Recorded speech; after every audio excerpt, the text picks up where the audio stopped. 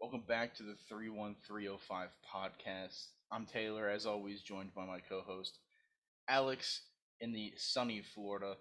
Uh, we had the first full weekend of football where you could sit on your couch from Thursday night to, I guess, Monday night as of yesterday and just watch football all day. I don't know if that's what you did, but starting Thursday night, I don't think I left the house other than to go to work. I watched football straight through, didn't turn anything else on. It was great. Great to be back, sitting on the couch for 48 hours straight watching football. But we had a lot of shit happen this week. This might have been the craziest week one of the NFL ever, at least that I can remember. Um, a fun week in college too. But how did you take it? How was your first 4 days of football? I watched all the Thursday game, most of the Monday night game. I stopped watching the Sunday night game at halftime because it was a blowout, which we'll Uh, get to. And I saw the second half of the Dolphins game, which was a win, which I'm very happy about, which we'll get into. College, I didn't watch much, but I'm very excited just to be able to relax and just watch football. I'm not too busy this weekend, so just to indulge it all again and to complain over fantasy and try to make 15 trades already. It's a great time. It's a great time to be back. yeah, the fact that this was week one and we have 18 more weeks of this to look forward to, um, it's great. I love it. I feel like the older I get, I used to hate the Thursday games and the Monday games. I was like, damn, or why they spread it out. I love it now. Like it is great. I want to know when they're gonna start. There eventually there's going to be an NFL game every day of the week. I think they're gonna add a Friday night game No, at they some. have to They rest. have to. Nah, they have at least add a Friday night game. Have it Thursday, Friday. You got Maybe, college maybe. Saturday, Sunday, But they Monday. are Yeah, yeah, this the Black year, the Friday Black game. Friday Yeah, game. Yeah. yeah, but And it's that one great. can't be flexed out, which we'll talk It about later. cannot. But what we will start is we'll start with the NFL because that's probably where most of the news was this week, and we'll start with last night's game at MetLife Stadium in Rutherford, New Jersey. Aaron Rodgers making his Jets debut. Um, it was electric. That stadium was exploding when he come out of the tunnel with the American flag on 9/11. Um, and then hands the ball off three times, tears his ACL on play four. So not Achilles. Achilles, Achilles. not ACL. Sorry, Achilles on play four. That has to be one of the absolute biggest. Going from this high, you're Super Bowl champs, to you are now starting Zach Wilson, and you're probably not making the playoffs. So, what did you think of last night's game? I guess just starting with the Aaron Rodgers injury, and then we can actually talk about what happened in the game because it was still a great game. He ran more with the flag than he did with the ball the entire game beforehand with Old Glory. I mean, it's just an unfortunate way for the Jets. It's out for the season. It got confirmed today. The Jets are now going to send the Packers a second round pick instead of a first round pick Yeah, based the off of the Packers got playing clause. screwed. But I mean, for the game, it's we'll talk about their long term ramifications for the season. But for the game itself, it was the Bills that was the story to me. Obviously, Aaron Rodgers' injury is tragic and terrible for the season, but for the game itself, it was more so for me the Bills looking terrible, especially in the second half. Josh Allen with four turnovers, three interceptions, all to Zaire Whitehead, I believe that's his name, and the fumble as well. They find a way to claw back and tie the game with a field goal to send it to overtime. The Bills go three and out in overtime, and they punt the ball back to Gibson, the wide receiver rookie, who barely made the team off of Hard Knocks and returns it for a punt return touchdown to seal the win for the Jets. It just kills all expectations for the Jets season, but it also lowers them for the Bills because they just played terrible the entire game. Their defense kept them into it, but it's also Zach Wilson, that quarterback. So I'm not expecting much anyways. But for me, it was more so how bad Buffalo looked. And even, especially with a team that was reeling from the Aaron Rodgers injury, probably demotivated. Of course, they're still going to play well, opener 9-11, all that. But yeah, the Bills didn't look great. That was my biggest takeaway of the game. No, the Bills looked terrible. Josh Allen looked like he had no idea what was going on. Could not read a defense to save his life. Two of his interceptions were just Hail Mary attempts at the end zone that got picked off, which I mean, I guess if you want to look at it, yeah, they were I think they were both on third down, so they both were essentially punts, but still just throwing into double coverage multiple times, triple coverage a couple of times, just did not look like he was the top three quarterback we know him as. Now, obviously, is this going to be a theme for the rest of the season? No, he's probably going to come out next week and throw for 600 yards and seven touchdowns. Actually, who do they? I don't know who they play next week, but No, they play the Raiders. Yeah, he's doing that. But I mean, shout out to the Jets. I guess shout out Zach Wilson, who I mean, his quote was, "If they bring another quarterback in here, I'm gonna make his life hell." And he's now the start. Literally. He's now the starting quarterback of the New York Jets for the rest of the season. Um, did he pay someone off on the grounds crew to maybe put some sticky stuff in the turf? Who knows? No, no, no. But yeah, obviously a big blow for the Jets. I said it.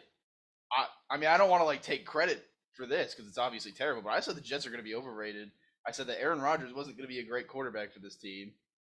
I mean, Yeah, but injury, I that you have to mean, speak barring injury. And I think the I point you made is mean, good about the field because so many players have talked about MetLife being such a shit place to oh, play it's because of the such a, turf. especially with all the Dave, rain they've had the last 2 days too. exactly. David Bakhtiari, when Rodgers got hurt, said it. Randall Cobb said it this morning. Like so many players have said that they're just trying to save money, not go to grass. But I think next year is when they are forcing all the stadiums to go to No, grass for the because of World the amount Cup. of injuries. No, for the World Cup But they're doing it. that's right, for the World Cup. Yeah. So it's just another terrible situation at MetLife. And I mean, yeah, I mean, Aaron Rodgers, he's going to be turning 40 this season. Who knows what the future holds for him? I'm sure he's going to come back and play because it's not how he I don't wants to go know. out. I But don't know. it's going to be a tough road back. Yeah, he's gonna be out for the entire year. Obviously, it's not like an easy recovery either, especially for a quarterback that needs his legs under him. I just Yeah. don't know. I mean, I hope he does. I mean, for the league at least, for him to not go out like that would be a terrible way to like end your Hall of Fame legacy. I Yeah. just don't know if the Jets are gonna want to move on to someone younger. No, I doubt it. I don't I know doubt it. because if Zach Wilson, hear me out here, takes them to the playoffs and They still is bring back Rodgers, I I feel. don't know. Because I mean, that doesn't mean Zach Wilson's the long-term answer. I mean, Sam he Darnold could. led them to the playoffs almost, and Zach Wilson could absolutely be the long term answer. If he leads them to a playoff win, they are starting Zach Wilson a for sure. win, yes, a win, then yes. Yeah, they're starting it. They still have the defense to do it too. Like their defense is legitimately good. And the Their running off, backs. I mean, Brees yeah, Hall looked great. Brees Hall looked really. I did not expect him to come out and run for like he had like 120, 130 total yards last Yeah. night. Might have been higher Granted, than that. one on an 83-yard run, but still. Yeah, but still, the fact that coming off of a torn ACL, he's ripping off 83-yard runs. I mean, still really Yeah. impressive. Dalvin Cook, for what it's worth, had an okay game. They're going to be a really good 1-2 punch, I think. Still, obviously, their offense is going to have to run through the running backs now. I don't think Zach Wilson's going to be able to carry this team to 8-9 wins. The Yeah. defense might be able to, but Zach Wilson is not going to win you any. I guess technically he won them the football game last night, but it was probably True. Josh Allen losing the Bills the game, if anything. But that capped off a great week one. You know what started week one, Alex, on Thursday night? Do you know what The game that was? Lions against the Chiefs, and I was wrong, and I picked Kansas City to win. The Lions heading into Arrowhead. Everyone picked the Chiefs. Oh, this is a 10, 20 point win. The Lions aren't ready for the big time. I mean, The I wouldn't say Lions aren't that, but the NBC crew did that. The NBC crew exactly. did say that. Yeah. Exactly. No one thought the Lions had a chance. They're too young. They've not been there before. The Chiefs are coming off a Super Bowl, best team in the league. And Alex, what was the final score of that game? 21-20. Lions take the win. The Detroit Lions go into Arrowhead on opening night on Kansas City Chiefs banner night, and they win 21-20. Thank you, Kadarius Toney, for being really bad at football. Multiple drops. You could definitely tell that no Travis Kelce definitely affected this offense. But I have to give kudos to the boys. Jared Goff, Amon-Ra St. Brown. Jahmyr Gibbs was electric in his few touches that he had. David Montgomery, I think that running back room is incredibly better than it was last year, especially since DeAndre Swift got a single carry in Philly's game against New England. Yeah. But they had to be. And I know I asked you. I said, if the Lions win this game, are they Super Bowl contenders at this point, or at least NFC contenders? And you said no. But after watching Week 1 and the rest of the NFC teams, Philly looked susceptible. Obviously, the Niners ran through Pittsburgh, like I said they would. But the Lions looked really good against. I'd say top five. I would say a top five team in the NFC. NFC. I would agree with that in the NFC. Yeah, because I mean, Philly did look slow, and even the head coach Nick Sirianni stated that he wished he played the preseason starters more because they were really rusty. But for the Lions, they looked good, and it looked like they weren't hitting on all cylinders either. They weren't feeling the No. potential. Amon-Ra had a great game, so did Goff, but no one else. Sam Laporta had a couple of nice catches, but you felt like they even could have scored more. But really, was their defense. I mean, Brian Branch, rookie, used with the T.J. Hawkinson pick six off of Mahomes, the big difference in the game. So their offense scored 14 points. I'm sure that's going to increase in the games to come, and they're going to figure out exactly what they need to do to move the ball more. But again, they didn't make any mistakes, and that's with Kansas City. Jawan Taylor getting a false start every single Every play, single play. and illegal positioning, illegal formation every single play, which I'm glad the announcers did call out towards the end of the game that he'd been doing it all night. Um, but yeah, the Lions, it was kind of no team dominated, but the Lions were the better team on Thursday. So shout out to Detroit for winning. Yes, sir. We're going undefeated Yeah. this year. But yeah, once they get Jamison Williams back, this team is going to be unstoppable. You're going to have your fast downfield threat with JMO. Marvin Jones was Yeah. terrible with multiple drops. Kind of Yeah, he was. because he was really good for Detroit a few years ago when he was with them. Mike Evans is an option. I know Mike Evans has been. They didn't come to a contract extension, so Mike Evans could be an option for this team. I mean, you're telling me Amon-Ra, Mike Evans, JMO, Jahmyr Gibbs, Sam Laporta, David Montgomery, Jared Goff. That's a top 3 offense in the NFL. I don't care who you are. Yeah. That's an insane offense. Obviously, we're not there yet, but the Lions look good. Dan Campbell, what did you think of his fourth down, his fake punt from like inside their own 20? I'm not even surprised. This man is reckless. I walked This man away. is reckless. I was like, oh, fourth down, they're punting. I'm gonna go to the kitchen real quick, and all I hear from the living room is like, oh my god, fake punt. I was like, there's no Yeah, and they way scored on this that possession man- too. They did. I was like, there's no way this man fake punted from inside his own like 25, but he did. Yeah. Kadarius Toney obviously had a ton of drops. One, the biggest one was on fourth down. I guess technically the biggest one was the pick six that went. Yeah, it was. It hit him straight in the hands, went to Brian Branch. But then another one late in the fourth quarter would have put him into field goal range had he caught it, but he just straight up dropped the ball. So would you attribute that performance by the Chiefs offense more to the receivers being bad or Mahomes not being sharp? No, that was not on Mahomes. That was absolutely on the receivers not being good. If that's Travis Kelce in the middle of the field and not Kadarius Toney, that's a first down. Yeah, I think they'd do better. Yeah, that is absolutely a first down there. But yeah, the Lions definitely. I think that was the most watched thing. It was like Thursday night game or opener. Yeah, opener. Yeah, it was the most watched opener of all time. I think they also said it was the most watched like television event of the year so far too. I don't know if I might get fact checked on that one, but I thought that's what it said. Yeah. But all eyes on Detroit. The Lions are going to win the Super Bowl. What do you think of Mike Tirico's comments after the game, saying that there's an asterisk by this win? I think because he's probably one of the ones that were saying the Chiefs were going to dominate, and like.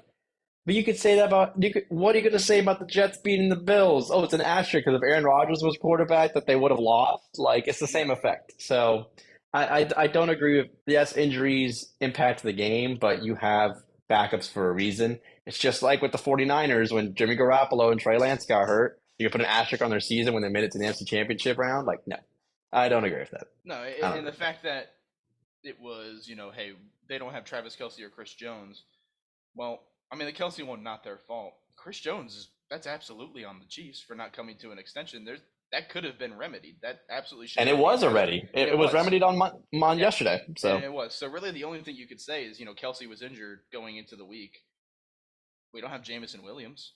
He's supposed to be our number one. That could have been Jared Goff just as easily injured. Yeah. That could have been Jahmyr Gibbs. Like that could have been anybody. Yeah. So I don't agree with it. The crazy thing is that he's from Detroit too. So I don't know why. Yeah, I don't know, but he was drinking the red Kool-Aid. Apparently, but a great way to start the season. I know I was texting you like I would be on the highest of highs and been like, "Fuck, dude, I'm already tired of this year." So that's how you know football season is back. Yeah, in the span of 5 minutes, you could go from top of the world to you're in the bins. And for sure, no game encapsulated that more than honestly the game of the week. You got to think entertainment-wise. With the Dolphins and Chargers, talk about top 3 offense. 7 lead changes in this game. The last by a 4-yard touchdown pass to Tyreek Hill. Tua Tagovailoa had 466 yards and 3 touchdowns. That's 110 more yards than the next closest person to him. Tyreek Hill went for 215 and 2 touchdowns. After the game, Jason McCourty was saying maybe they should cover him. Maybe they should double team him. But it didn't even matter. No, Like, defense was non existent for neither team. I mean, the Chargers ran for 234 yards on the ground, which is insane. But it didn't matter because at the end, they got the stop they needed with 2 timeouts in a minute 53. All the Chargers had to do was kick a field goal to win this game because Jason Sanders missed an extra point. Instead, they go four downs and out, an intentional grounding call, big impact. And the Dolphins defense stepped up. They got 2 sacks in the last drive and ended the game. And I will say, I wish we went to this game instead of the last year's version of this game. I asked you, I was like, dude, do you want to go to this game? And you're like, no way, I'm going to this one. But this would No, have been no. a great one to go to. This was another game I was texting. I was just like, dude, this is miserable. And then like after Tyreek Hill hit his big touchdown, I was like, oh yeah, we're winning the Super Bowl this year. So it's bad. It's the life of a fan. Yeah, the life of a fan. The Dolphins defense, run defense at least, was atrocious. They couldn't stop. They couldn't do anything. Eckler and Joshua Kelly just ran up the middle every time, and they could not stop them. Um, you know, do we attribute? I know the Vic Fangio defense takes a little bit to adjust to, and even the players said like this is a big change from what we had last year. We're going to adapt. But Austin Eckler also top probably like 5 running back in the league, so maybe you attribute it to that. But like this has to be at least a little bit concerning for Dolphins fans that they gave up that much yards on the ground and gave up that many points for a team that the defense was supposed to be, a strength of this team, bringing Jalen Ramsey in, having Jalen Phillips, having Christian Wilkins, having Xavier Howard. They gave up a ton of points to the Chargers. Granted, good, but not an elite offense. Yeah, and I think they'll have to clean it up before next week's game because the Patriots are going to be licking their chops with Zeke and Oh Ramondre yeah. Stevenson, and they're going to run the ball up the middle so much. So it's going to be interesting to see if they adjust. They even said maybe Christian Wilkins is holdout because he still individually practiced, but he didn't group practice. May have affected a little bit as well. Honestly, it was the linebacker play. Man, Jerome Baker and David Long and Andrew Van Ginkel didn't have great games, the linebacker core. No, they So did they need not. to have better games. David Long only played 17 snaps compared to Andrew Van Ginkel's 40. So we'll see if that's a trend later on. But again, in the end, it was all about the All that matter. offense. And Tua and Tyreek just said, I got you guys. Let me carry you to a victory. So, Tua looked so good. Like yeah. that easily was the best game that Tua has ever had in a football jersey. No, I mean I don't know. Going Maybe back the to last Baltimore year. game. Maybe the Baltimore Yeah, game the last Baltimore year. game was really good, but this was Because it definitely was only 3 yards difference in yeah, passing, but he had yeah, 5 touchdowns that game. So, yeah. But also, him coming off of all these concussion issues and off season of questions of what's Tua going to look like this year, he came out and absolutely silenced doubters. Like he got rid of the ball quick. He didn't take. He got sacked what once maybe. I don't think they got any sacks. He didn't he take didn't any get damage. sacked. Yeah, That O line, the O line, Austin Jackson shut down Bosa. yeah, Like it was crazy. So, yeah. Now does Connor Williams deserve to be left in L.A.? Absolutely. oh my After God, causing a fumble in the red fumbling. zone, this Yep. game could have been 21-7 at one point if they had scored on if they hadn't fumbled that first red zone opportunity and scored a touchdown on their third red zone. That game could have been out of Yeah. hand pretty quick. But Tua and Tyreek, man, like Jalen Waddle didn't even have like a bad game. I think he still had Yeah. what 60, 70 80 yards, yards. 80 80 yards. yards. But when you compare it to 212, Yeah. it's a little bit different. So I mean, you've got Jalen Waddle who's still putting up 80 yards. Tyreek's got 230. I mean, I don't know who's stopping this offense. That they looked like the best offense in the league. We'll find out. Definitely Probably yesterday, at least. gonna go against a better defense next week with the Patriots. But glad to see Tua is now the co-favorite for MVP. Did not think we would be saying that after week 1. Yeah, crazy good performance. As well as the Sunday night football game performance of the Dallas Cowboys. And again, I told you I only watched half the Sunday night football game because most of America only watched half the Sunday night football game. What a dismantling. 40 to nothing on prime time. All the hype, because it was the same stadium as the last night's game in MetLife, honoring 9/11, showing the memorial service there as well. And It started off with a Noah Igbenogany blocked field goal return for a touchdown, and that set the mood for the night. The Dallas defense gave up a lot of yards and then shut down when they needed to, got the conversion. They sacked Danny Dimes 7 times. Like, this That was was not a good that was performance bad. by the Giants. I mean, Micah Parsons, they just couldn't stop him. Like, they tried so many other things and they just couldn't stop him. And I mean, their special teams did great too. Their defense had a touchdown on the pick six by, I think it was Diggs, when it was a pass to Barkley that popped up, and then Diggs returned it for a touchdown. So yeah, I do you think this is a big speaking of how Dallas' defense is going to be this year, or just how ass the Giants were last I, Sunday night? I don't know if you can really even attribute it to like Dallas's defense being incredibly good. I think the Giants might be pretty not great at football. I mean, the first drive they got down there relatively easily, blocked field goal, just swung the momentum completely. I mean, that took the crowd out of it immediately. Getting Hmm. kick sixth in your own stadium on the first game of the first drive. Um, Not a great start. Dak didn't even have like that great of a game either. I think he passed for like what 140 yards. He Tony didn't need Pollard to. had, yeah, I guess not, but I still think he's really overrated. But I guess shout out to Dak Prescott for not throwing an interception. Um, There you go. that's a good start to your season. But I just they just were not good. I don't. The Giants weren't good at all. I don't know if that's just first game jitters or something, but that might have been the worst primetime performance I've ever seen in my life. That was pitiful. I don't know where they go from here because it's not like their division gets any easier. Every other team in that division is 1-0 now. Washington wins, Dallas beats the shit out of them, and Philly is probably the best team in the division. So, I mean, do we look at the Giants as the fourth best team in Well, the I'd say I'd NFC? wait a couple games, see if the Commanders can beat a team that literally doesn't try to lose, which is the Cardinals. So But like I said this before the season started, who is Daniel Jones going to throw to? Like Daniel Jones is already an average quarterback. They brought in Darren Waller, who didn't do anything. They have Saquon, who I think is a little overrated, if I'm being honest. This offense is not good. Like if you have a average offense, you need to at least have a really good defense, and they don't have that either. So I don't know. I'll chalk it up to maybe just first week jitters, and we'll see if they have a close game next week against Arizona. We know this team is frauds. yeah, no, they need to go into Arizona and put the whooping on them. They Yeah, need to. because right after that, they do not have an easy schedule. They go to the 49ers. They host the Seahawks, who we'll talk about them in a minute because holy shit, that was bad. They go to Miami. They go to the Bills. So Yeah, I mean, that's a tough this schedule. if Yeah, this team could be like 1-3, 1-4, and already out of the divisional race. So the Giants need to yeah, figure it out.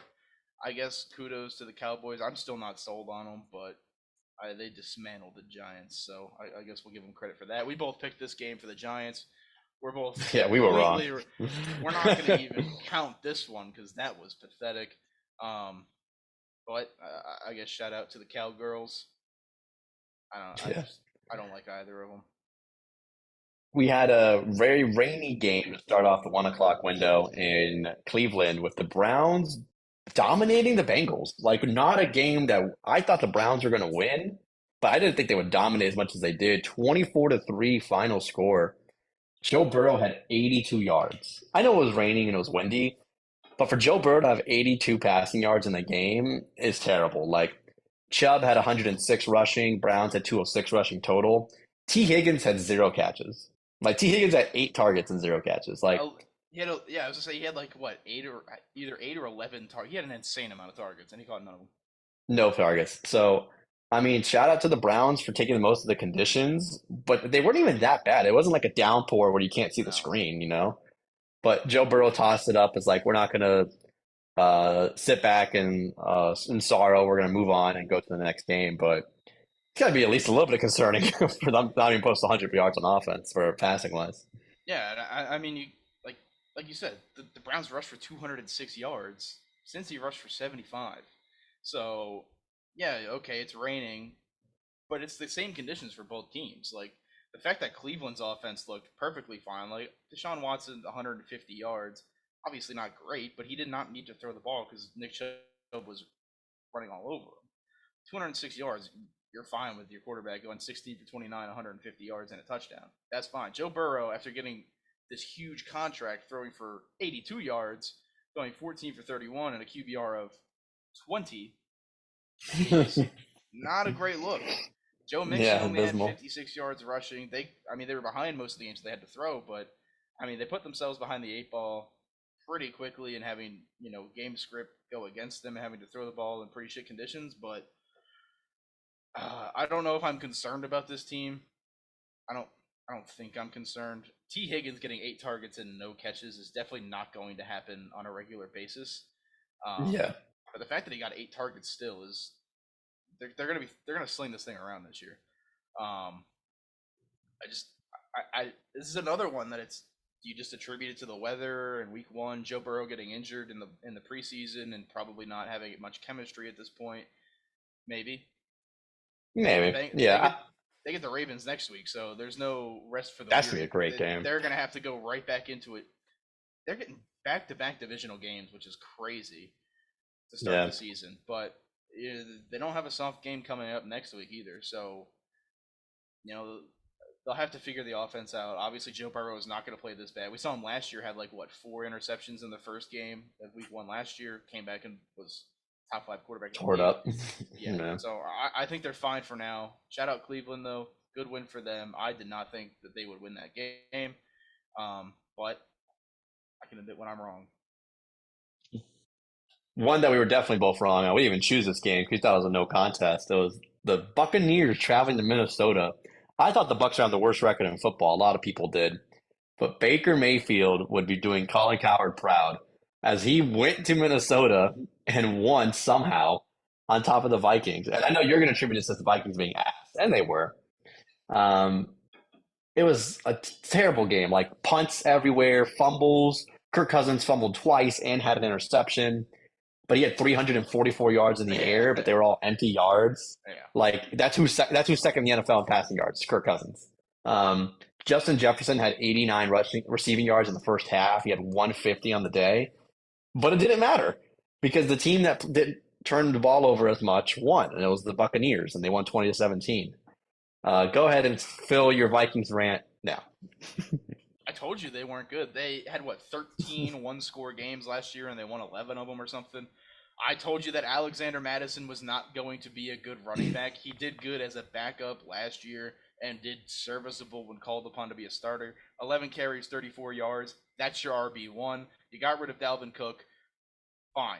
You filled it with Alexander Madison, who is a backup player. Yeah, he's going to get the volume. I don't think he's all that great.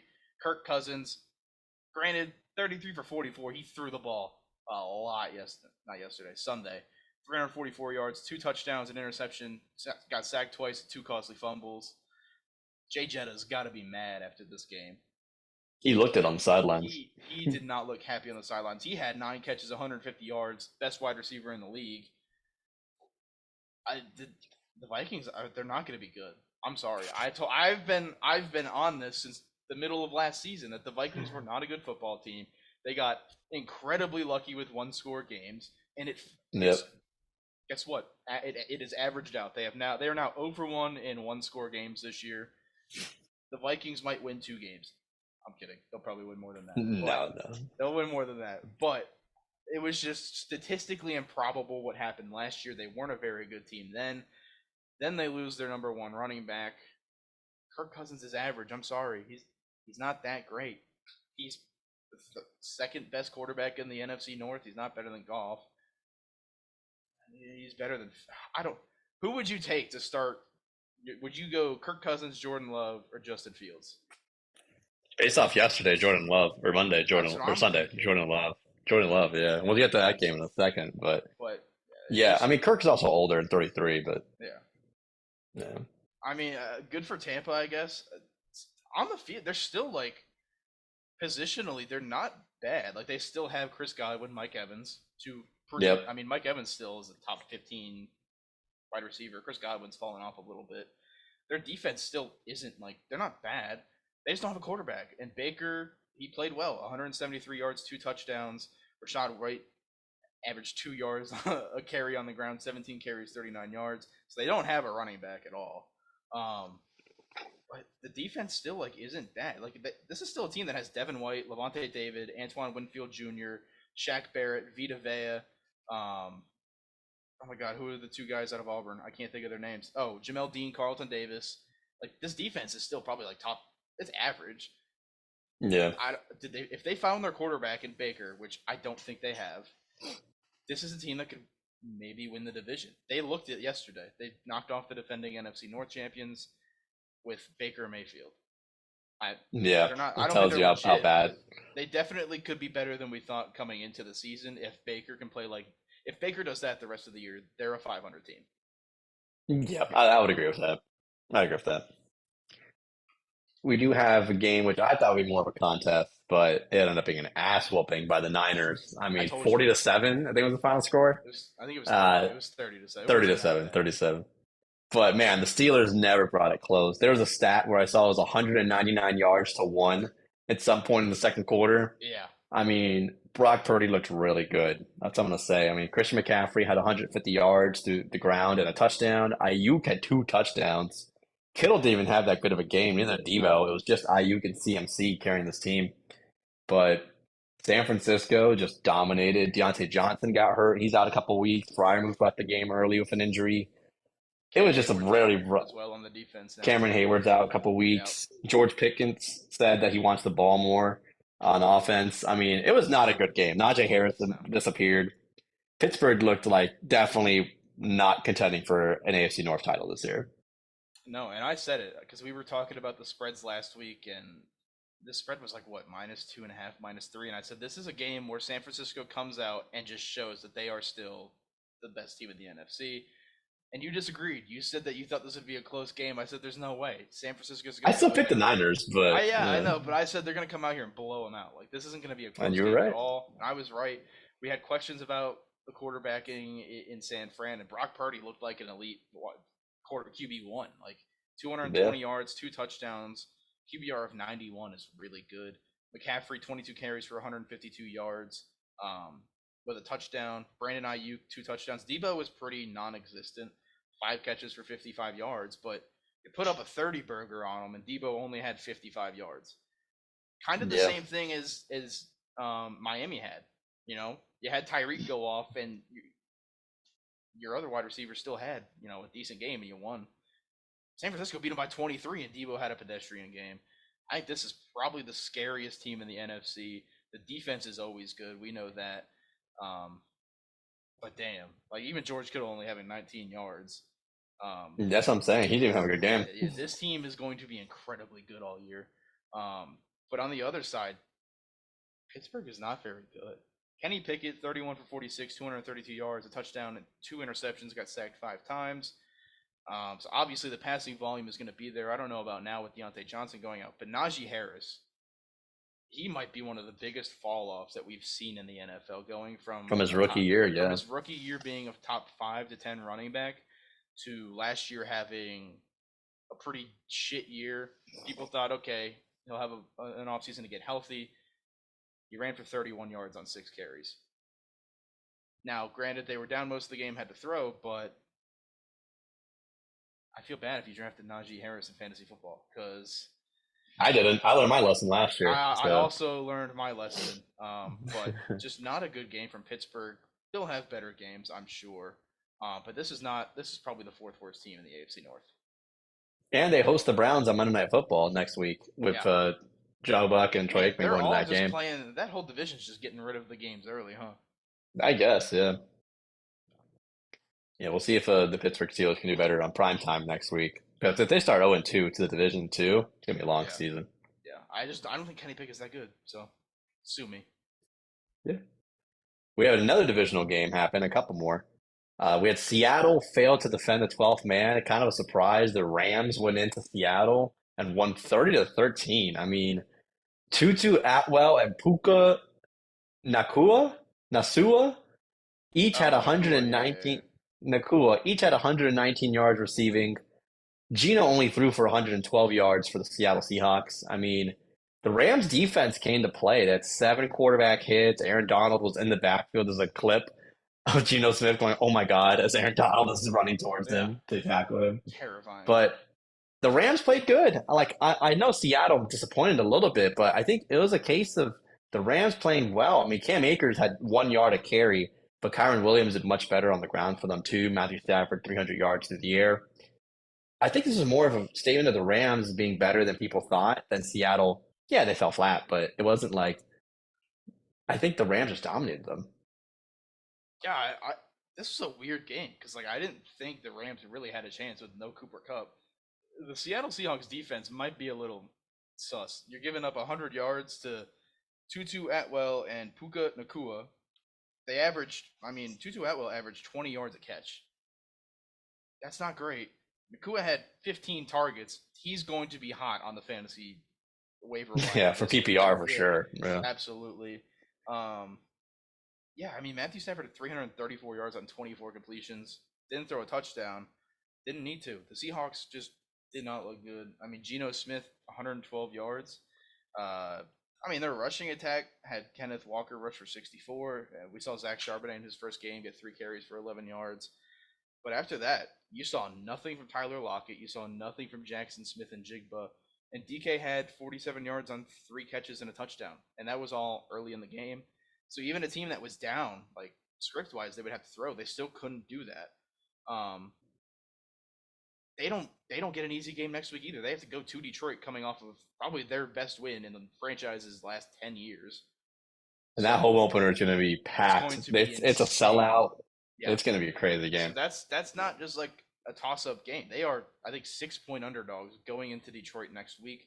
This is a team we thought would compete, maybe not in the NFC West because the Niners are there, but definitely as a top wild card team. There's a good Yeah. chance they go 0-2.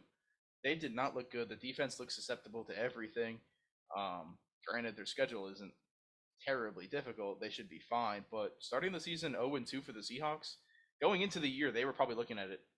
I mean, this was a win. Lions was a toss-up, but their next 2 games are the Panthers and the Giants. They probably thought they could have started the season 4-0. You could start at 0-2. Um, it's week 1. A lot of this is overreactions. We know Yeah. that's how week 1 goes. But Geno Smith, we thought last year might It was be one game. It was one game. I know, It but was one game. It's week one one game. is for overreacting to basic things. Geno Smith looked bad. They'll probably be fine, but definitely not the Geno Smith we saw last year. I agree. We had another divisional game, believe it or not. So many divisional games earlier on in week 1. It was in the NFC North between your 2 hated teams the most, probably, the Bears and Packers. And even without Aaron Rodgers, there's another Aaron that dominated for the Packers. And it was Aaron Jones. He was the entire offense for most of the day. He was their leading rusher, their leading receiver.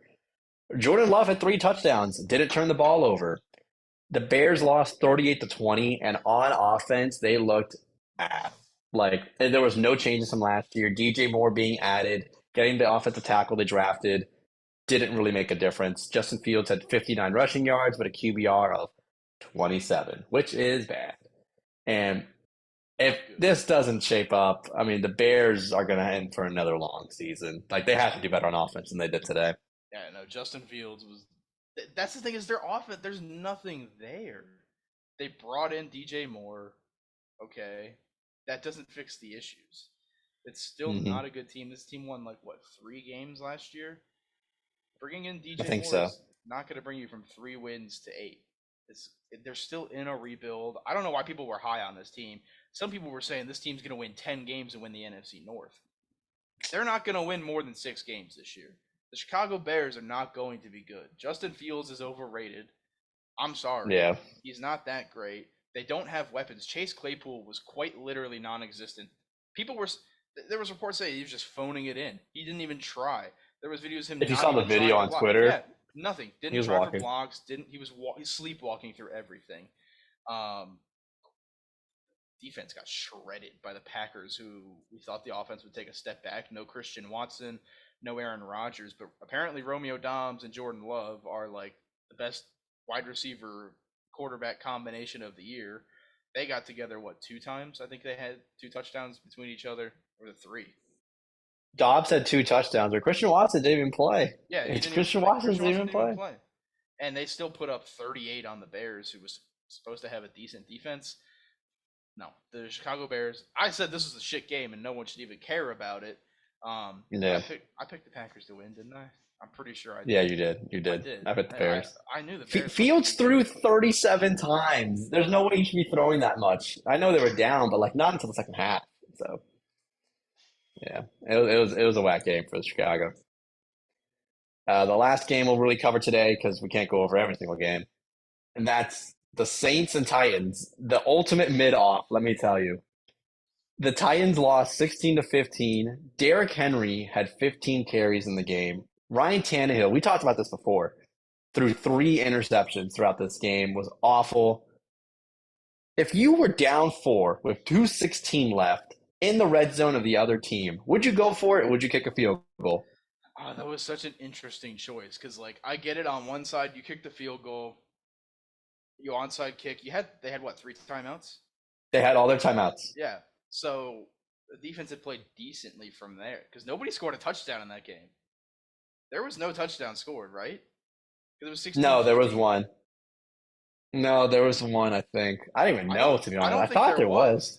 was. I think that was just straight up No, the Saints got a Titans. touchdown. Derek Carr threw a touchdown. Damn, bro, that game sucked. That game Um, sucked. I know. He that threw a game touchdown was to Rashid so Shaheed. bad. That's what it was. Yeah, I remember that. I mean, I don't blame them for kicking the field goal, I guess, but um, what am I saying? Yeah, they kicked the field goal, right? Yeah, they kicked a field goal instead of going for it. Yeah, and then tried to get the onside kick and didn't get it. I actually don't remember anything from this game. I've already completely like What happened was they kicked it off normally because they had a 2-minute warning and 3 timeouts. They thought they could go stop to get the ball back, take a field goal, win the game. The Saints just ran the ball out and the end of the game. So, I mean, Derek Carr was up and down the entire game. It was just a battle of mid. Like, I thought Derrick Henry would get more touches and dominate. He had an okay game, but Ryan Tannehill, 3 interceptions. I mean, Malik Willis is looking better and better by the week to start. yeah. Yeah, no, they absolutely have to take. They cannot start Ryan Tannehill anymore. His time is up. They have 2 young quarterbacks in the wings waiting. You drafted Will Levis. You drafted Malik Willis. You cannot run Ryan Tannehill out there again. I get it. The Saints' defense is good. You still have DeAndre Hopkins on your team. You have Traylon Burks. Yeah, I That should agree. still be. And the fact that Derrick Henry got outsnapped by Tajay Spears, I don't know where Which this is offense is going. crazy. It's crazy to think that The Derrick first Henry. series, Derrick Henry didn't touch the field. Yeah, That's insane. yeah. So I don't know where this offense is going to go from here. They still, I think, have a shot at the AFC in the AFC. Oh my God, South. the South. There you go. I'm bad with directionals, but this team, yeah, Directionals. this team was so bad. I didn't even want like the game was just itself boring, and I guess that's going to be the kind of game the Saints want to play all year because their offense not the best with Derek Carr. I think he's also a little overrated. They're going to hang on their defense, and if they win those kinds of games every week, I think the Saints are fine with that. They did it in Week 1. I feel like they could probably do that moving forward. But the Tennessee Titans, they need, and I've been saying it, they need to figure out this offensive identity. They need to figure out the quarterback position, and Ryan Tannehill is just not, he's not it anymore. You just can't keep running him out there. We of course are going to have one surprise team. I mean, we already talked about it a little bit throughout the game coverages. A team that surprised you, a team that disappointed you. For me, the surprise I talked about before is the Cowboys. I mean, just going out and winning that dominant on Sunday Night Football against the Giants. I thought it'd be a close game, but for them to just have their way with them defensively just really impressed me. And for the disappointment, it has to be the Bengals. I mean, the Bengals go to Cleveland. You expect it to be a high scoring game. Joe Burrow, Jamar Chase, they want to get back to the Super Bowl, and they lay 3 on Cleveland. They're definitely my disappointing team of the week. Yeah, I think my surprise, it has to be the Rams. I mean, that was probably the biggest upset, I think, of the week, maybe. I don't know, numbers wise, but nobody picked the Seahawks to lose that game. The Rams looked really good without their number one wide receiver. Um, I still don't think they're going to be very good, but once Cooper Cup comes back, if he comes back, I don't know what that injury is going to be. That could be a team that's like sneaky in in the NFC. They're not going to make the playoffs, but that could definitely be a team down the road, week 15, 16, 17, you don't want to face because they might play spoiler a little bit later on in the year. Hmm. And then my disappointment, it's obviously the Bengals going into Cleveland, not even a far trip, same state, and you throw up 3 points against the Browns, coming off of getting the biggest extension I've ever seen in my life for a quarterback. Um, just shit the bed. So the biggest disappointment has to be the Bengals. For the players that, for me, stepped up and really had a good week when I didn't expect them to, it's got to be Jordan Love. I mean, I expected some of the other performances, which we talked about, but for him in his first official start, taking over after Aaron Rodgers, for him to have 3 touchdowns, no turnovers, looked comfortable against the Bears. On the Bears aren't the best defense in the world, but still looked better to me than I thought he would. And biggest disappointment, your boy DeAndre Swift, 1 carry for 3 yards after Rashad Penny was in healthy scratch for the Eagles. You think DeAndre Swift's going to take over with the trade they did? Nope, it was Kenneth Gainwell getting most of the carries. So big disappointment for John J. Swift. For any fantasy owners and Eagles running backs, I pray for you in the season because you're not going to know who's going to get the carries over there.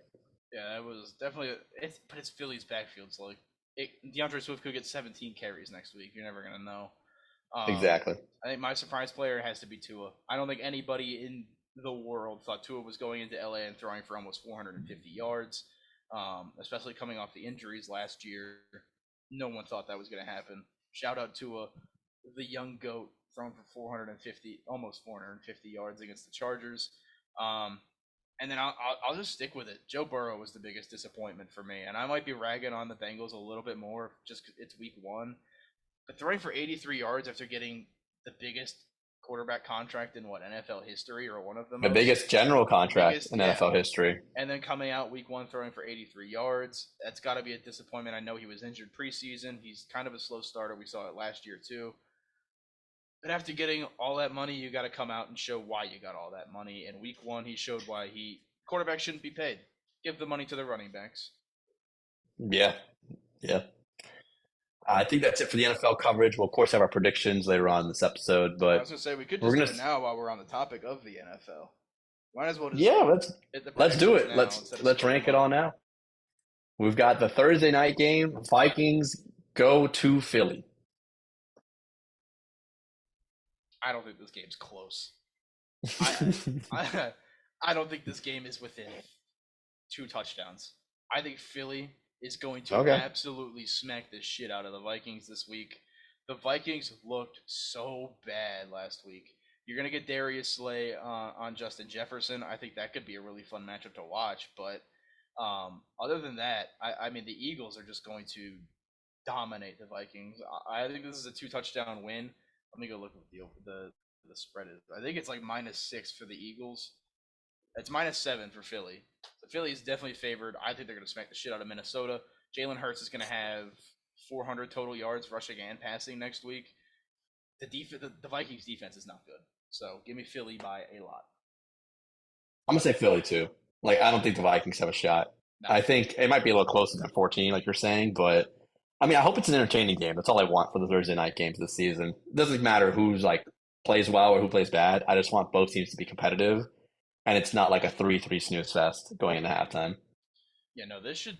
I mean, Philly at least I think will score a lot of points. The Vikings might score like 14 total. Yeah. Next, we've got the Lions hosting Seattle. I already know your pick is Detroit. How much do they win by in their home opener? Oh man, Seattle's going to be down. I think maybe 2 offensive line starters. They both went out with injuries on Sunday. If they're missing 2 offensive linemen, Aiden Hutchinson's going to cook. Give me the Lions by 10. Aiden Hutchinson with 2 sacks. Ford Field's going to be rocking on Sunday. It's going to be one of the most hyped season openers for the Lions in a while. I'm going to take the Lions. I don't think it's going to be particularly close. I think it'll just look close on the scoreboard. I'll take Detroit too, only because I think Seattle is going to put up more of a fight than they did in week one. But I think the Lions just have too much hype, too much surrounding. That home atmosphere is going to be crazy. I think the Lions eke out a win. I don't think it's going to be as separation as much as you think, but I do think the Lions can work the win. We've got And again, an AFC North battle. Ravens going to Cincinnati in Cincy. I'm actually going to change my pick. I did have the Bengals originally, but I'm going to go with Baltimore. I think Mark Andrews coming back is going to really elevate this team. They didn't look super great early. I think Lamar's going to have a better game. I think the Bengals are going to have a better game too, for sure. Jamar Chase and Joe Burrow doing more than they did, but I'm going to take the Ravens going on the road and starting Cincy at 0-2 to start the season. Yeah, I'm going the opposite way. I don't think Cincinnati's going to have two bad losses in a row. I think Joe Burrow's going to figure it out. T. Higgins will not have 8 targets and no catches again. I'm going to take the Bengals and probably what is maybe I would not say game of the week. maybe game of the week, but I think the one we're about to say next could also be the game of the week. True, true. So it'll be a toss up between the two. But I do think the Bengals come out. The Ravens didn't look all that impressive in week 1 either against the Texans. Lamar was very mediocre in that game with a couple of turnovers. So give me the Bengals to, I guess that would technically be an upset. I don't know. I don't know what the spread is, but I see Of course, there. of course, both games are at 1 o'clock. That's what I'm fretting about. Yeah. Because instead of watching the Chiefs Jaguars at 4 o'clock, which we could get, we're gonna get the Jets at the Cowboys on CBS. That's gonna be that's the other game. Because I'm like, oh my gosh, like imagine Ravens Bengals at 1. I knew this game was at 1. I was hoping Chiefs Jags is at 4. No, the Niners go to the Rams. That's on Fox though. So we get Jets Cowboys, or we can watch Washington play Denver. So or you can just go on the internet and watch any game you want to watch. yes, but they're both at the same time. I want to focus fully on both games. Multiple screens, man. Anyways, Chiefs Jags is the next game we're talking about. Rematch of the AFC divisional round where Jacksonville very nearly stole out a win at Arrowhead. Mahomes is going to be looking to do better with Travis Kelce likely going to play. The Jags didn't look super great against the Colts in Indianapolis, but now they get their home opener. I'm taking those pesky Jags to win this game. And again, start an AFC contender at 0-2. I think the Jags are going to have all the momentum of playing at home, raise expectations. Travis Etienne looked great for them week 1. I think the Jags take it at home. I'm going to disagree on this one, too. I think the Chiefs are in the same boat as Cincinnati. They had a really bad showing week 1. They're not going to let it happen. Andy Reid's not letting that happen again. They're going to get Kelce back. They're going to have Chris Jones more than likely for this game as well. I'm taking the Chiefs. I think it could be a close game, but the Chiefs are this is Kadarius Toney revenge game right here. People are doubting him, saying he can't do anything. He's going to have like 7 catches and 2 touchdowns. I'm going to take the Chiefs in a close game. I think this might be the game of the day.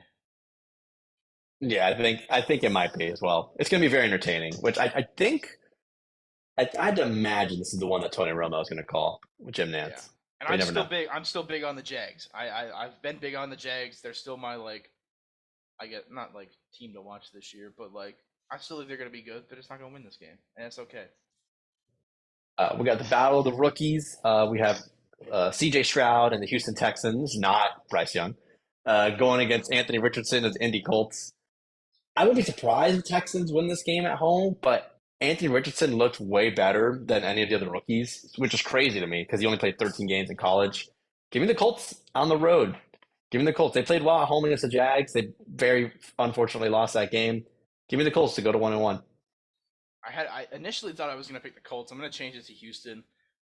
Anthony Richardson is dealing with some sort of an injury. Now, what that injury and how long he's going to be, we don't know. I just think they have a little bit. I think Houston has more weapons. They have Damian Pierce, Devin Singletary. I think C.J. Stroud might just be better. Nico Collins, wide receiver 1, Michigan legend. Did John Mechie play? That I guess he did. Not much, but yeah, he did. Good for him though. At least he got back out there. The Colts definitely looked good against the Jags, but at home, week 1, maybe that gave them a little extra motivation. Now they have to go to the road, divisional game. Give me Houston. Okay. Then, of course, we got the Sunday night football game. We are both picking Miami on the road against the Patriots. You're picking the Patriots at home. Hell no. I mean, Matt, in the second half, the Patriots did look better. They had a chance to win that game against the Eagles. The Eagles did look a little bit Rusty for sure. Mac Jones played way better in the second half, but he threw the ball way more than anyone thought he would. I think the Dolphins offense continues to roll. The only disadvantage I think they have is the Patriots are staying at home, playing their second straight home game. The Dolphins have to go from the West Coast to the East Coast, lose a day of practice and prep. But I think it doesn't matter. I think they can't cover Tyreek and Jalen Waddle, personally. If Tua can get the ball out quick, I think this game's going to be a high scoring affair. Give me the Dolphins. Oh, I don't think this is going to be a high scoring affair at all. I don't think the Patriots are scoring more than like 17. I'm taking the Dolphins in a blowout, 34-17. They're going to wax the Patriots. The tides are turning. The Dolphins are running the AFC East. It is no longer New England and Bills division. They are going to put it on New England. And then we'll call one of the two Monday night games because the other Monday night game is just trash. We're going to the Browns on week 2 because they wanted to give all the attention to Bills Jets week 1, but they normally do a doubleheader on Monday night. So they moved it to week 2.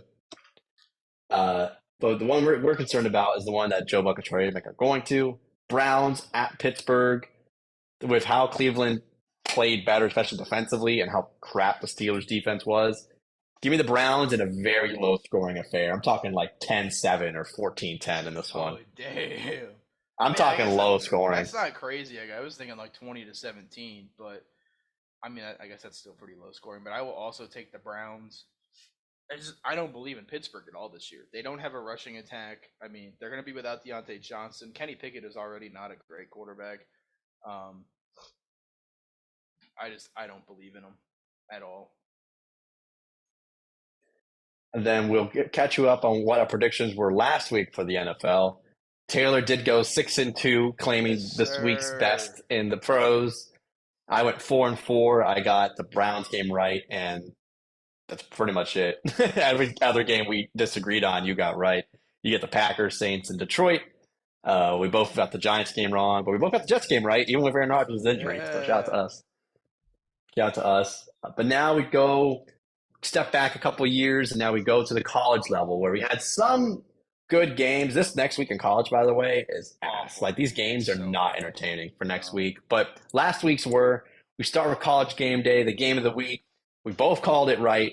Texas topples Bama in Tuscaloosa and looked like the better team. I mean, especially the fourth quarter, they went 21-3 over Bama. And, I mean, Quinn Ewers, I mean, he's got to be in the Heisman discussion, at least for today. Because 349 yards, 3 touchdowns through the air. This did not look like your typical Bama defense. No. What did you think of the game? This didn't look like a typical Bama team. Like, there's no Bryce Young on this team. There's no Derrick Henry on this team. There's no Devontae Smith. There's no Jalen Waddle. There is not a single star player on this Alabama offense at all. I don't think there's a star player on the team. There's no one that's like, wow, they are going to be a top 5 pick in the NFL draft. Jalen Milroe looked like he is absolutely not the quarterback for Alabama. He threw a couple of pretty deep balls. They were nice. He also threw a couple of really bad interceptions. So Jalen Milroe is not the answer for Alabama. The fact that they lose by 10, nobody goes into Tuscaloosa and beats the shit out of Alabama like Texas just did. And now Texas is joining the SEC, so maybe they'll be able to do it a little bit more. But Alabama did not look good. But Texas with Quinn Ewers, Heisman candidate. I don't know if he's the favorite right now. I still think it's Caleb Williams Heisman to lose. But Quinn Ewers has definitely put Texas back on the map. Is Texas back? I don't know. I still think my playoff prediction is looking great right now. I think this just shows how beatable Alabama is now this year. And I said it. I said the SEC West was going to be pretty mid. I didn't think there was going to be a team that stood out. LSU's already lost a game. Alabama's already lost a game. A&M's already lost a game. This is not going to be a great SEC this year. I think Georgia's probably the only team that makes like a New Year's Six bowl at this point. But yeah, good for Texas. Texas is back. When Texas is good, it's good for college football. It's good to see them rise back up. Those ratings had to be insane for ESPN. With Matthew McConaughey on the broadcast along with Pat McAfee. Yeah, that was so funny to see his reactions. Crazy. But they should have won last year's game before Quinn Ewers got hurt. They won this year's game. I think Alabama's a 3-loss team this year, maybe 4. I don't think Alabama's really all that great. If they lose 3 games, it'll be the first time since 2010 they've lost more than 2 games in the regular season, which is That's crazy. I think they absolutely could. Like, I'm gonna pull their schedule up and I'll give you games that I think they're gonna lose. Let me Like pull it this up. reminds me of like when AJ McCarron was the quarterback, you know? Like I Hmm. think they're going to be a good team, but not good enough to make the playoff. We've said it before. And Texas, I mean, Texas doesn't have a really, besides Oklahoma and Oklahoma State, they do not have a tough game the rest of the way. Yeah. So Texas is now 4 in the country.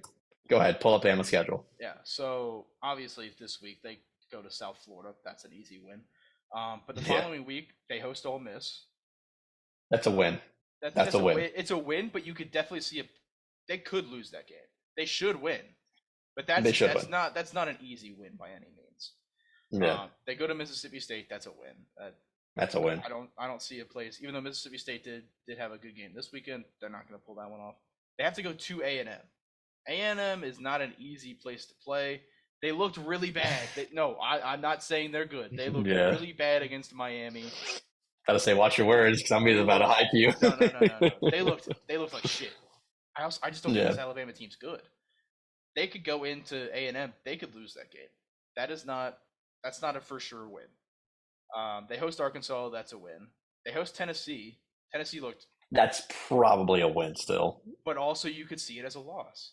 Tennessee could go in there and beat Alabama. Then Good. they host LSU. LSU could pull off a win. Luckily, I would say that's that's it. more chance than Ole Miss. They get all of their tough games at home, which is good for them, I guess. But that's Yeah. also possibly a loss. And then you have the Iron Bowl, and crazy things happen in Jordan Hare Stadium. If Auburn has like 8 wins at that point, Auburn could beat them. Crazy things happen in that stadium. So if you look at it, Ole Yeah. Miss, A&M, Tennessee, LSU, and Auburn. There's 5 games that I think that they could lose. I don't think they're going to lose them all, but if they lose 2 of those games, that's a 3-loss Alabama team, and I think 2 losses is very possible with this starting quarterback. They could not do anything on the ground. I think 3 losses for Alabama is entirely in the cards. Yeah.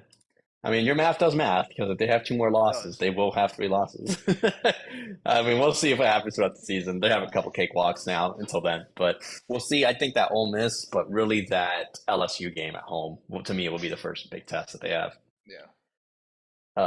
Of the Texas A&M game that we're speaking of against Bama, they first had to go to Miami, and this is the game that I called it as the homer.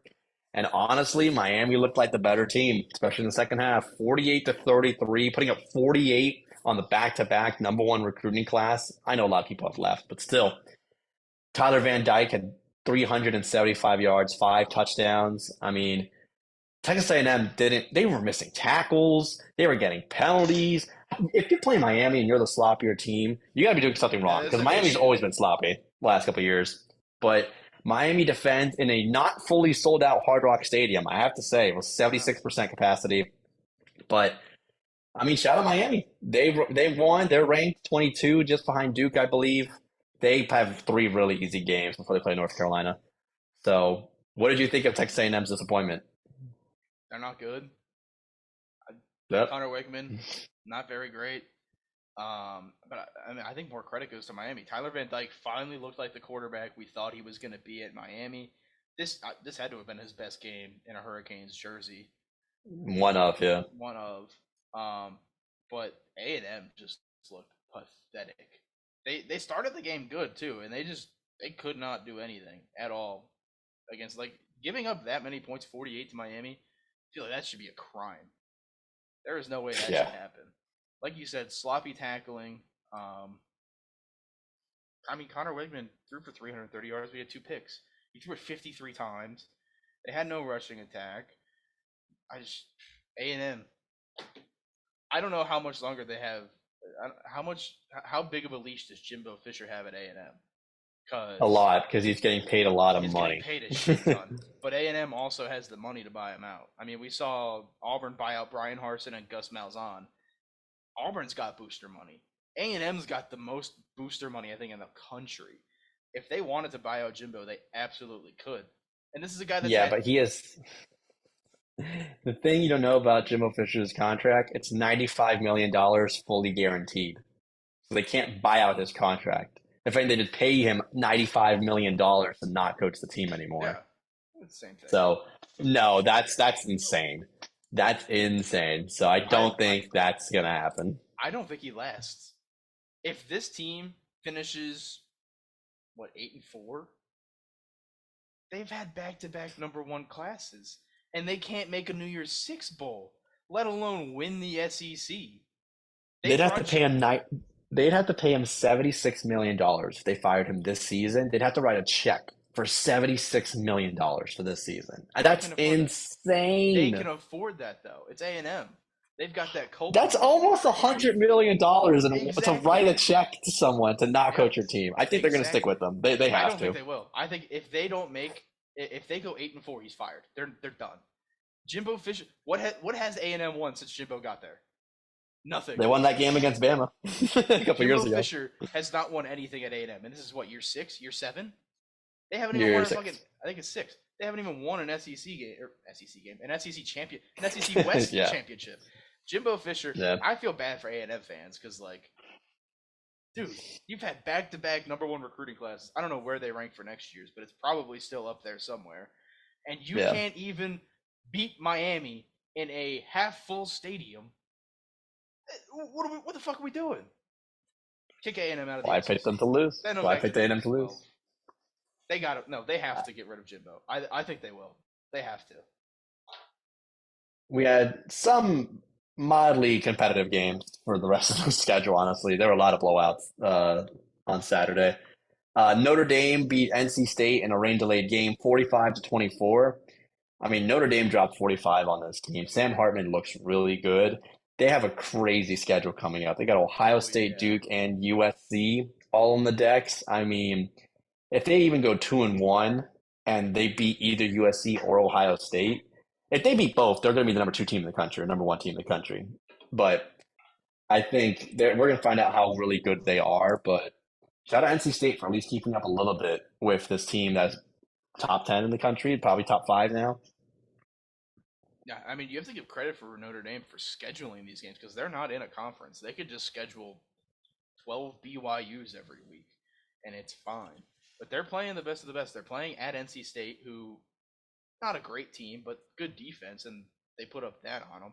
They playing OSU, they're playing Duke, they're playing USC. Like they're playing the big dogs. The one bad thing is if they Eh, lose a game, there's a chance you don't make the playoffs because you don't get a conference championship game. So Yeah. you kind of take Eh, them both for what they're worth, I guess. You beat all of them, you're going to the playoffs. But if you lose to one, there's a chance you don't make it in. But they get Ohio State at home. They Yeah, get USC at home. They have to travel to Duke. They have to go to Clemson, but I don't they think get the two that's top gonna be 10 the case. teams. They get the two top 10 teams at home, though. Yeah, So yeah. I think one of them will probably be game day. If I had to guess, it's It'll be probably the USC OSU. game Oh, I think it'll be Ohio because State. Ohio State's going to have the big football kickoff, because it's a Big Ten game. So I think they'll Oh, have that. So I think well, that's what it is. I don't know because Fox is doing the Or same also thing it's for NBC, Colorado. but Notre Dame also has a contract with NBC. So that's going to be interesting. You know what I mean? Yeah. Like if game day goes to the Notre Dame game, I don't think they can even broadcast it because NBC Well, has the rights. they've done it a couple of times. I know was it last year or 2 years ago? Game Day had Notre Dame, and it was still on NBC. So NBC? Okay. because that's what they do for the SEC games that were always on at CBS. Like Yeah, I Georgia guess and all that's true. that. Yeah. So they can still go to Game Day at the game. They just don't get the rights to broadcast it. But I don't know. Sam Hartman and Audric Estime are really good. I think Notre Dame has finally found a quarterback. They haven't had a quarterback there since like what, Brady Quinn? That's like the Ian Book. last Ian Book. Like I think Sam Hartman is finally what Notre Dame needs. NC State is not a top end team, but they beat the shit out of a good ACC team. Yeah. Ohio State has looked pretty beatable too, so that's going to be an interesting game. If Notre Dame beats Ohio State and Duke, that USC Notre Dame game is going to be like 3 versus 4. Yeah. Yeah. Very well could be. We've got the Cyhawk Trophy, Yes, Iowa sir. State. I didn't even watch this game. All we know is we both picked Iowa State to win, and we were wrong. Uh, this game was for the state of Iowa watched this game. I don't think anyone outside did. But yeah, Iowa won. A really boring game. I have no comment about this game other than we were wrong with our pick. I'm not gonna lie. I'm a sicko. I watched this game. I knew Oh Iowa my was God. gonna win. It's football season, dude. I'll watch any game. I'm sitting here Yeah, watching like God. Murray State versus Louisville on Thursday. But God. But what? Oh yeah, Iowa State's just not a good football team, but Iowa has no offense, and they proved it. They only scored 20 points. They have to. Kirk Ferentz has to average 25 points a game to keep his job at Iowa. They haven't hit Yeah. 25 yet in a game, so the defense is good. Iowa's defense has always been legitimate. They've always been a solid defense. Cade McNamara, they brought him in from Michigan, thinking he would be the savior to the Iowa offense, and that really I knew has that not wasn't going to happened. happen. Yeah. I think Iowa State's just really, really bad. I picked Iowa State because I didn't think Iowa would be able to score more than 10 points, and they doubled that. So Yeah. We had honestly one of the better games. We had Ole Miss against Tulane and another ranked matchup in New Orleans. And if I think Michael Pratt plays for Tulane, Tulane has a shot of winning this they win game. that game for sure. But he unfortunately got hurt at the very end of last week's game, and he was out for practice. And it looked like it was going to be close. I mean, Tulane and Ole Miss at halftime was only a 4-point game, but Ole Miss turned it on just at the end. Uh, and Tulane should still be fighting for one of those Group 6 games at the end of the season. Oh yeah, But they're still one of they're probably the best Group of 6 teams still. Or yeah, non but is it shout Group out of for Ole 6 now? Or Miss is it Group of for whatever it is? Group whatever of it 5. is. Yeah, whatever it Yeah, is. whatever the fuck it is. There's so many conferences and realignment. Who gives a shit anymore? Yeah. But I mean, shout out Ole Miss. They climb in the rankings a little bit. They're now 17 instead of 22. So, and They just Tulane is unranked, unfortunately. But now Iowa's ranked. Woo! Exciting. Ole Miss didn't really Exciting look that times. great at all. They should have easily handled that game. I mean, I know it was in New Orleans at Tulane, and that place looked pretty rowdy. Probably a fun place to go. But Yeah. Quinshon Judkins got shut down. He couldn't do anything on the ground. He's probably one of the best running backs in the SEC. Jackson Dart, average, I'd say is what he looked against Tulane. But like you said, if Michael Pratt plays, probably a Tulane win. This game was way closer than what it showed on the scoreboard. It was like what 37 to 20 final score. Because there's a scoop and Yeah, score, I think, there at was the a end that Ole fumble Miss at had the or something. end. Yeah, but it was like a 17-point win that really was only like a touchdown win. Yeah. So Ole Miss is gonna have to figure it out because they get Bama like we talked about a couple of weeks ago. That might be a really high scoring game. I don't know what Alabama's going to be throwing out at quarterback. If it's Jalen Milrow, shit, I don't know. But you would have Yeah. liked to see Ole Miss probably win this game by, I guess technically they won by 17, but you want it to look better than it did. It didn't look great. They were down most of the game until the very end. So good for Tulane. I don't think anyone has like anything bad to ever say about Tulane. Great logo, probably one of the best in the league. Great jerseys. Um, they'll be back. They'll be a top 25 team by the end of the year. Yeah. We got a couple quick fire games we'll get to. Oregon against Texas Tech. We both thought Oregon was going to wash after scoring, 81 against Portland State. Yeah. They barely kicked the game-winning field goal against Texas Tech and survived in Lubbock. I mean, Tyler Shaw threw 3 interceptions, so that definitely had a big impact on the game. But Oregon gets a good Power 5 win on the road as now they coast into their next game, which I believe was against, I don't even know. I think it's like Mercer. Oh, it's against Hawaii. There we go. Oh, yeah. Before, Actually, bef- even worse than Mercer somehow. and then they host Colorado the week after, so they Yeah. get a good tune-up game before hosting Colorado. But I don't know if you had any other thing you want to say about the Ducks. No, I mean just a tough road game that people thought it was gonna be close anyway. But Tyler Shaw throwing 3 interceptions was definitely the backbreaker, but you still get a really good road win against a Big 12 team. So I think you'll take that no matter what. We did have one of the rare upsets that happened this week was Wisconsin going Yikes! at home against No, they Washington weren't. State, right? Or it was in Washington It State. was in Pullman. Yeah. Okay. Washington State defends their home turf and beats Wisconsin. Now they take literally Wisconsin's place in the rankings and just Yeah. the switch. So Wisconsin's unranked. Washington State is ranked. I think there are 8 ranked teams in the Pac-12 now The with Pac-12 stacked. Washington State, UCLA, USC, Colorado, Oregon, Oregon State, Utah. and Utah. So there's 8 ranked teams in the Pac-12. It's crazy. Yeah, that's Um, insane. but for this game, I mean, Luke Fickle for Wisconsin. You think of Wisconsin, you think of Melvin Gordon. You think of Eddie oh Lacy, my God, who, baby.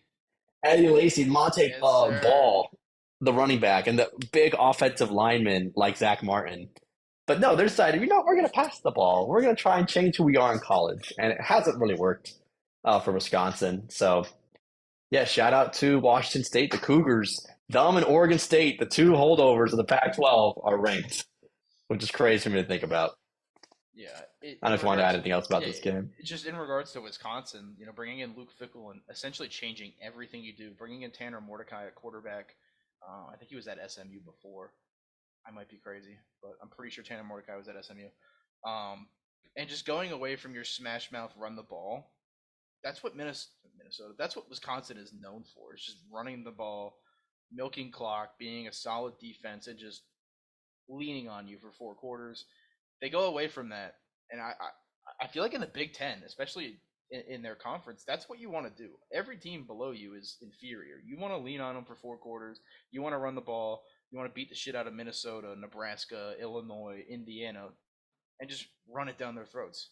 So I Yeah. don't know how this transition from a rushing team to an aerial attack is going to go. Obviously, it's Luke Fickle's first year, um, but they were probably the pick to win that division in the Big Ten, and they looked they looked incredibly average. Yeah. We also had, I mean, a very off the field issue with the Big Ten. I think it's the Big Ten East that Michigan State is in. Yeah, And yes sir. I guess we got to talk about Mel Tucker and the Spartans and the allegations that have come forward of Mel Tucker. You want to get into it a little bit? Yeah, first it came out that Mel Tucker was fired. It's now come out that Mel Tucker has been suspended pending an investigation for allegedly. It's not funny. I just don't know how to word this. I guess sexual misconduct. He sexually Yeah. harassed a sexual assault awareness speaker. Not even just that. She's a rape survivor. Was raped by 4 college football players, and it's alleged that he masturbated while on a phone call unconsensually with this woman.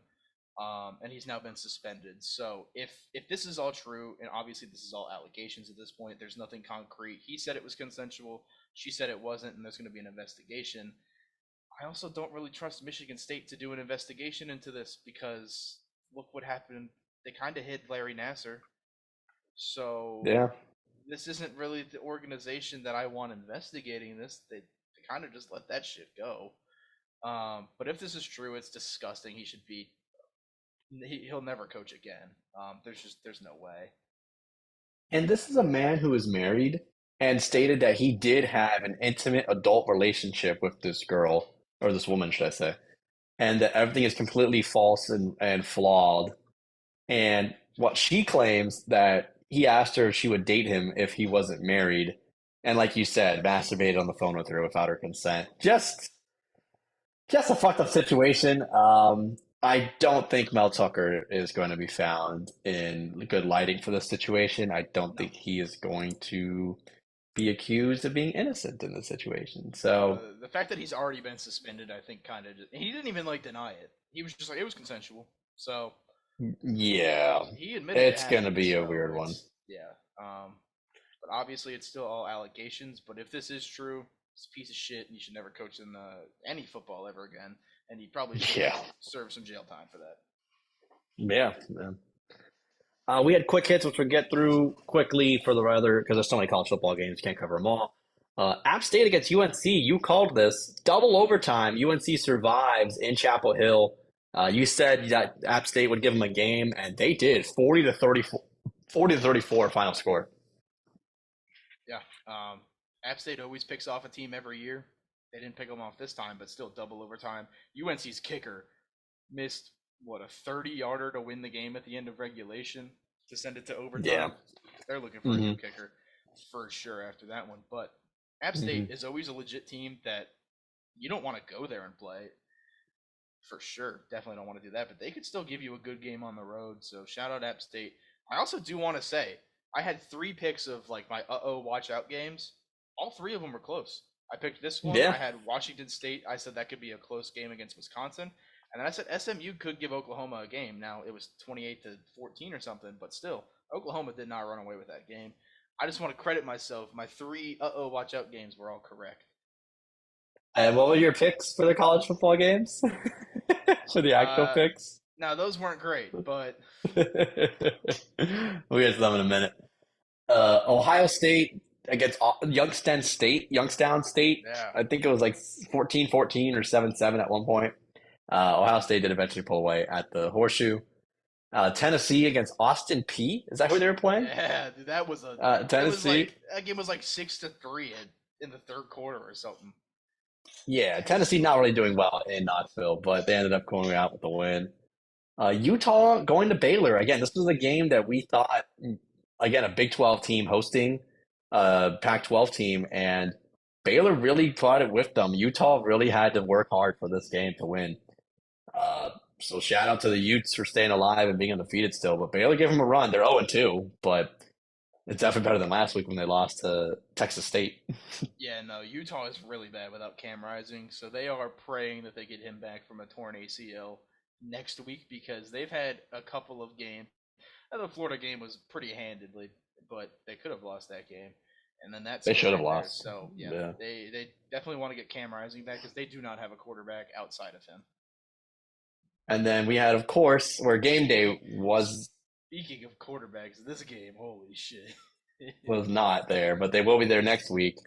Nebraska doesn't have a quarterback on their roster. They have someone who can throw the ball. That doesn't mean he is a quarterback. I mean, Colorado absolutely smoked Nebraska. It was close. Game day is going to. I'll give them that. It was close. They didn't look great. But it was just because Nebraska was so bad on offense. Like, I don't even know how. Like, Colorado came away with this game and smoked in the second half, but I have a friend again who's a Nebraska fan, and he was threatening to end himself as the result of watching this game. I mean, Colorado is hosting Colorado State next week. Game day is going there because, again, the predictions we're going to get into are some of the worst games we have on the slate. But yeah, Colorado's won 2 games, Taylor. You said they only won 4 to 5 games. Guess what? They've already won 2 games. I'm going to pull up their schedule right now. I looked at it earlier. I was like, there's no way they're winning more than 5. But Nebraska is bad. And they're up to 18 in the season. At all. That's fine. Just look, their schedule is not easy. I'm pulling it up because they're not going to win more than 5 games. They beat Nebraska. I see Nebraska 3 wins right now. Yep. Okay, Colorado State. That's a win. I'll give it to them. They'll start the season 3-0. They're going to Oregon at Autzen Stadium. They're not winning that. No. They host USC. They're not winning that. Sorry. Okay. They come to Arizona State, which probably a win. I think it's more than a toss-up, but we're gonna revisit the schedule every week. That's fine. I know we are. We're good. They host Stanford. They're gonna beat the shit out of Stanford. There's your 4th win. They go to UCLA. I think that's a loss. Mm-hmm. They host Oregon State. DJU's gonna smash them. They host Arizona, who Jake Delores is a great quarterback. I think he's good. That's win 5. They win Arizona. I've never seen a more of a prime Colorado hater than you. I'm not even like a Colorado too. hater. I'm just saying, they're not going to go from last season where they won like what, 1 game? Did they even 1-12? Yeah, they're 1-12. Then they go to Washington State after that. Cam Ward is probably the most underrated, non-heard of quarterback you've ever heard, and the Pac-12 has a ton of those. They're not winning that. And then they go to Utah, and Utah's probably going to be playing for a championship. They're not losing that. This team wins 4 to 5 games. They are not beating a ranked team this year, outside of TCU, because TCU should not have been ranked. I'm sorry. I'm happy for Dion. They're great. It's a great story, but that schedule is mortifying. I should have put a bet on this after they beat TCU week 1. I'll still bet on it. But we do have, of course, our Jersey bet, which is with our predictions from college and the NFL put together. We'll get into what we think is going to happen in college now, but overall, Taylor did go 10-4, and I went 9-5. So Taylor does have a Yes. one-game lead in the Yes, predictions. sir. We already went over our NFL predictions. Again, we're going to save them. But for now, we also have the college predictions, where there are no ranked matchups this week. But we have college game day going to Boulder, like we just mentioned, for Colorado, the Rams. Are you taking the Rams? I really want to for the meme, but like I know they're not gonna win. I will take Colorado. I'll take the He Buffs. admits it. I'll take the Buffs in Boulder with Ralphie coming out of the tunnel. Why is game day at this game? I Because there's get no it. good I games. I mean I would I in the games we're gonna predict. I would rather them go to Tennessee, Florida. I wouldn't. But No, I wouldn't. I get it. I mean Florida's gonna be shit, but That's what I'm saying. I wouldn't. we're gonna get to that prediction in a minute because I might have a little bit of an upset there. But I guess cool for Colorado. I think this team last year, I don't think Colorado State didn't win a game either. They might have won one. So the fact that both of these teams won like one game last year and now they're both on college game day, I guess really good for the state of Colorado. But yeah, that just goes to show that there's quite literally zero games this week. It sucks. There's no ranked games at all. I also agree. Colorado's going to win. Yeah. We got Penn State making a trip to Illinois to take on the Fighting Illini. Ohio State went to Indiana and suffered a slow start. Do you think the same could happen to the Nittany Lions, or do you think the Penn State walks away with this? Illinois had one of the best defenses in the country last year. Now, obviously, they lost a lot of pieces to that, um, and they just lost to Kansas last. Was that this week? No, was it this week? Yeah, they lost to Kansas on Friday. I think it was Friday. Um, Mhm. Illinois is always a tough team to play just because their defense is so good. You've got Drew Aller at Penn State. It could be a slow start. I think they fared better than Ohio State did against Indiana. So Penn State's going to win this game. But I do still think it's a tricky trip to Illinois. I think Penn State walks. I think Penn State walks over Illinois. I think the Nittany Lions are really good. Like you said, they're going to win, but I think Penn State wins more than what you They're think. only like, I think, 12, 13-point favorites. So, I mean, That's fair. That's fair. it could be a close game because Illinois' defense, if they show up, can be legit. But I don't think they do. Yeah, I'm taking Penn State. We've got Tennessee going to the Swamp to take on the Florida Gators, who, again, did not look very good at all in their opener against Utah. I'm taking the Volunteers. I'm taking Tennessee. I don't think Florida's a good team this season. I think that the head coach is way over his head, Billy Yeah. Napier. So I'm taking the youth. I'm taking Volunteers of Tennessee to beat Florida this week. I can't keep going chalk. I'm going to take Florida. Playing in the swamp is not an easy task. I don't care how good the Florida team is. Going into the swamp is always going to be tough. They brought in Graham Mertz at quarterback, did not have the best of showings in week one. See if you can build upon that. Tennessee just didn't inspire confidence in me last week with a terrible game against Austin Peay that for half the game looked like they could lose that game. Um, Obviously, Florida losing at Utah to a ranked team, granted without Cam Rising, not the best. I'm gonna take Florida. I don't know. I feel like Tennessee just hasn't inspired much. Florida hasn't either. But just going into the swamp and having to play there. If this game was at Tennessee, I'm taking Tennessee. I'm gonna take Florida with the upset just because part of me just doesn't want to go chalk down this because there's not a lot of good matchups. But I do think the swamp will give the Volunteers some issues. We do have Minnesota going on the road to take on UNC after UNC barely survived against Appalachian State. I think UNC still protects their home turf and takes on Minnesota. They're the Golden Gophers, right, of Yes, Minnesota? sir. The Golden Gophers. Yeah, great nickname. Only in college could you have a nickname like that, Yeah. but I think the Tar Heels are going to still win at home. This is how you know it's a really bad week when we're predicting Minnesota UNC. Yep. I agree. UNC is going to defend home turf, but Minnesota's not as bad as people think. They squeaked by Nebraska in week one, but Minnesota's always a team that with PJ Fleck, it's an 7 to 8 to 9 win team every year. So the upside potential is there. I just don't think it's this week. Drake May is going to take over after they're almost and probably should have lost to App State. I think they come out and kick Minnesota's ass. And then we end it with LSU going on the road, an SEC battle this early in week 3. I even know Tennessee and Florida also is. LSU going to Mississippi State. I'm still high on LSU even after their disappointment against Florida State, the Seminoles. I think LSU goes in and goes into Starksville and beats Mississippi State. This might be the week that I give up the lead because I am taking Mississippi State to win this game.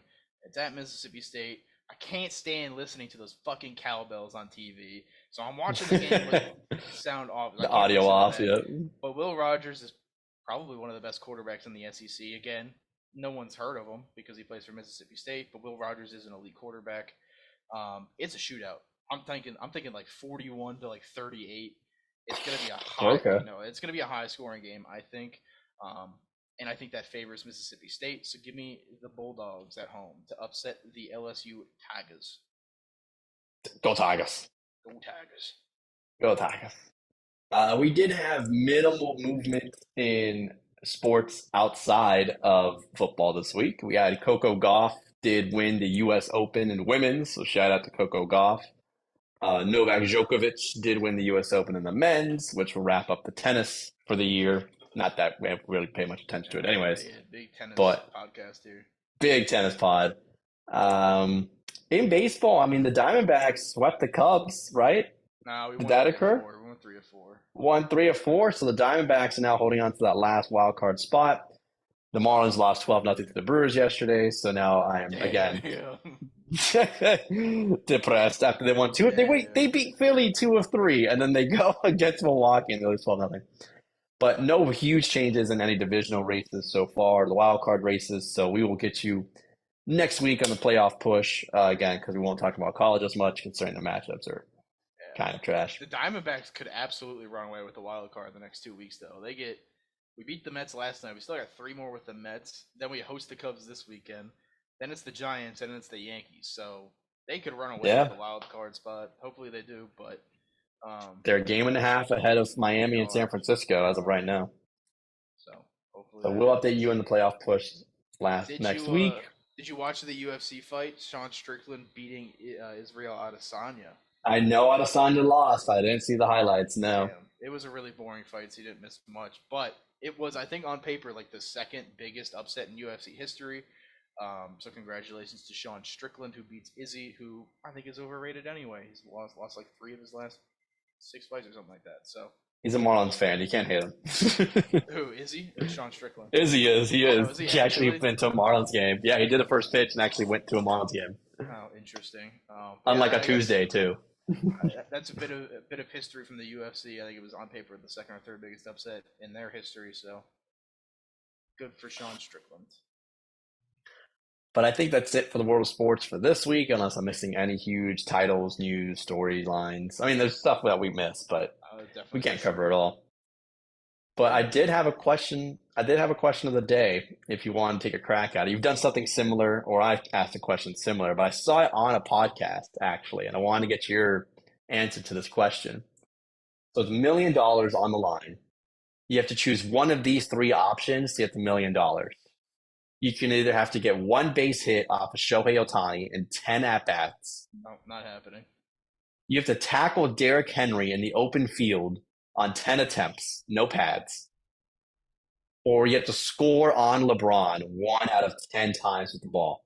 24-second shot clock. What are you taking? This is the easiest answer of all time. I'm absolutely not touching a ball from Shohei. I couldn't even get... I got 5 attempts to hit off the fucking pitching machine and barely blooped a single. I am not hitting Shohei. I'm not touching a ball. I'm not within a second of hitting the ball. Not a chance. Get that one out of there. Maybe if Shohei's pitching with a torn UCL underhanded, I could probably hit one. Tackling Derrick Henry in the open field with no pads, I don't think I'm making it past the first attempt because I'm dead. I guess like you could go for like a foot and ankle tackle and just swipe at it 10 times and like just dive at his legs. Maybe that helps. Maybe, yeah. Is this LeBron now or like prime LeBron? It's LeBron right now. Oh, I'm scoring on LeBron. I'm beating him in a one-on-one right now. What if I change it to Giannis? I'm still scoring on you. I'm hitting. Uh, Okay, I'm not doing any of these. I think the best option is but to you have to chuck do up. one. I'm 10. I'm chucking up 10 threes and praying one of them goes in. But imagine Giannis 6'10" like this, covering you. That's fine. Is it? I'm pulling 10 threes. I'm running all over the court, and I'm putting some fucking Wayne Ellington shots up and praying that one of them goes in. Is it weird that I want to go with the tackle Derrick Henry option? I mean, Because if you get an ankle tackle, it's fair, but like I am not I feel wrapping up like Derrick Henry. I feel like I could just throw my entire body at his knees and he'll probably stumble enough to fall. You know, like You also or like I feel like it there's could be one an attempt ankle. I can get. Is this Yeah, just like Oklahoma drill, or is this like open field? We're in the middle of a game. Because if it's Oklahoma drill, you could chop at his legs probably 10 times and get him down once.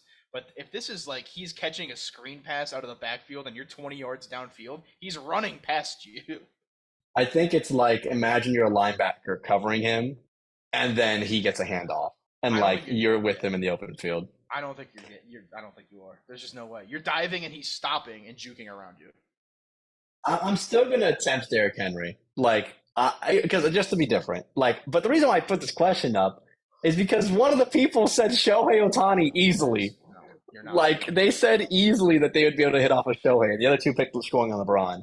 Which, Dog. like, realistically, I would choose scoring on LeBron, but just for my own value, I just want to see if I could tackle Derrick Henry. Because, like, imagine saying you tackled Derrick Henry and you put up a But picture think of of this the 6'3" dude. long-term brain damage you're getting from attempting that.